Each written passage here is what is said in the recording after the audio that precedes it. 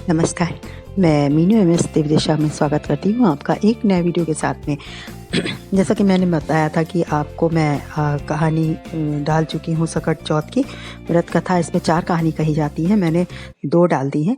अब मैं तीसरी कहानी डाल रही हूँ। पहले एक डाली थी वो थी भादों की, तो अब मैं 2 और डालूँगी।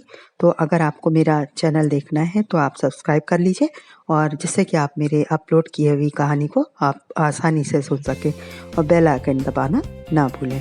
अब मैं आपको सुना रही हूँ तीसरी कथा। एक ब्राह्मण था, उसके एक ही लड़का था।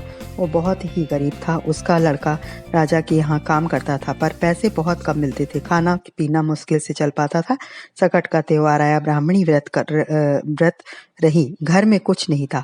उसने अपने लड़के से कहा कि जब राजा के यहाँ से काम करके चलना, तब थोड़े से तिल और गुड़ मांग लेना, जिससे हम पूजा तो कर लेंगे। लड़का राजा के यहाँ काम करने पहुंचा। दिन भर काम करने के बाद वह एक भंडार में घुस गया। भीतर से दरवाजा बंद कर लिया। वहाँ तो सारी चीजें भरी पड़ी थी, पर उसको चोरी की आदत तो थी नहीं। सोचने लगा कि चोरी करूं तो कैसे करूं। माघ का महीना, चोरी जैसा भयंकर पाप कैसे करूं। बार बार वह कहता, तिल चुराऊं तो पाप, गुड़ चुराऊं तो पाप, माघ का महीना क्या चुराऊं। पहरेदार के कानों में शब्द पड़े। उन्होंने राजा को बुलाया। राजा ने सुना, दरवाजा खटखटाया और पूछा, तुम कौन हो। लड़के ने कहा, मैं आपके यहाँ काम करता हूँ।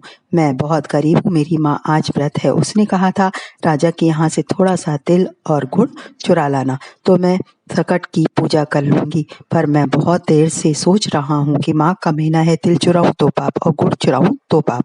राजा ने कहा, मैं विश्वास कैसे करूं कि जो तुम कह रहे हो वो सही है। लड़के ने कहा, आप अपने आदमी को मेरे घर पर भेज कर पूछवा लीजिए। राजा ने आदमी घर भेजे। आदमियों ने बुढ़िया को पुकारा। बुढ़िया ने कहा, मैं बाहर नहीं आ सकती, मेरी धोती तो फटी है। आदमियों ने लौटकर राजा से कहा। राजा को दया आ गई। राजा ने कहा, गाड़ियों में जितना चाहो माल लदवा लो, अब सब कुछ तुम्हारा है। घर जाकर माँ से कहो कि खूब विधि से सकट माँ की पूजा करे और सुख से जीवन व्यतीत करे। अब तुम्हें चोरी करने की जरूरत नहीं है।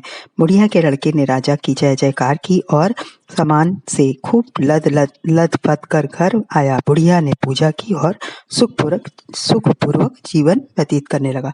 तो ये मैंने जैसे आपको बताया था कि कितना माघ का महीना बहुत इम्पोर्टेंट है, बहुत अच्छा है। और सकट चौथ ये माघ मास की कृष्ण पक्ष की चतुर्दशी को होती है। इसमें 4 कथाएं होती हैं। मैंने आपको अब ये तीसरी कथा सुनाई है। पहले जो सुनाई थी तो वो भादों की थी, भादों मास की थी। तो मैं 3 कथा, ये तीसरी कथा आपको मैंने सुनाई है। चौथी कथा मैं अब फिर से अपलोड करूंगी, वीडियो डालूंगी, तो आप जरूर सुनना। और अगर मेरे चैनल को आप पसंद करते हैं, वीडियो को पसंद करते हैं, तो लाइक करिए, शेयर करिए, और जिससे कि और भी ये कथा सुनने का सौभाग्य प्राप्त कर सके। क्योंकि जैसे मोस्टली लोगों को सब सारी कहानियाँ नहीं आती हैं, तो वो दूसरी कहानी उसमें जोड़ लेते हैं। लेकिन ये जो है आपको मैं जो सुना रही हूँ वो सकट चौथ व्रत की कथा है, और वो भी माघ मास की गणेश चतुर्थी की। तो ये आपको मेरा वीडियो कैसा लगा ज़रूर बताएं। लाइक, सब्सक्राइब और शेयर करें। कमेंट्स अपने ज़रूर लिखा करें, क्योंकि कमेंट्स में पता चल जाता है कि आपको ये वाकई में वीडियो पसंद आया है। और अगर हम भक्ति का डालते हैं तो उसमें तो आपका कमेंट लिखना तो बनता है, क्योंकि आपको ज़रूर लिखना चाहिए। कुछ नहीं लिखिए, छोटा सा ओम लिख दीजिए, उसी में जो है ये समझ में आ जाता है कि आपको मेरा वीडियो पसंद आया है। और मैं अब चौथी जो है कहानी डालूंगी, वो भी काफ़ी अच्छी कहानी है। उसमें भी काफ़ी कुछ सीख मिलती है हमको कि हम धैर्य से कैसे काम लें, कैसे सकट माता ने रक्षा की, कैसे संतान की प्राप्ति हुई। और इसके साथ में मैं विदा लेती हूँ। जय श्री गणेशा। सकट माता की जय।